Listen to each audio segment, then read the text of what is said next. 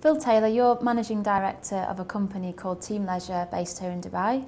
Can you tell me about some of the major projects you've been involved in here?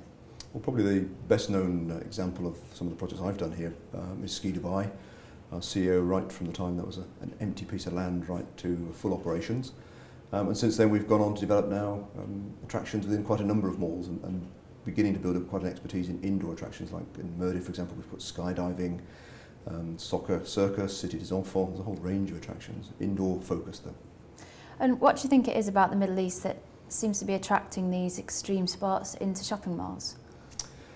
I think there's a lot of drivers for that. Clearly there's an entertainment value to them, and a large part of what we're trying to do is use entertainment. A good example are those large windows in Mall of the Emirates where you can see everyone playing in Ski Dubai. That's a big draw for people who wouldn't do it themselves. They can watch these things up close. But also the climate here obviously wouldn't be conducive to natural skiing.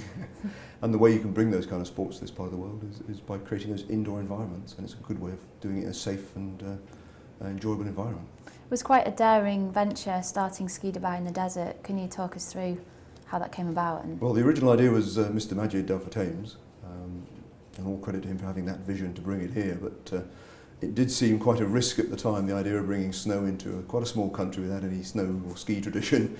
But we added in play areas to that, and it's just worked so very, very well. And you can't fake being -4, so when you go in there, it really is that cold, and that's really quite a unique experience in this part of the world.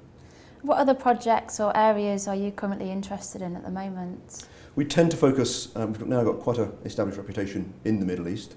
That's increasingly spreading out to North Africa and some of the Asian countries as well. We're getting inquiries from now quite a lot.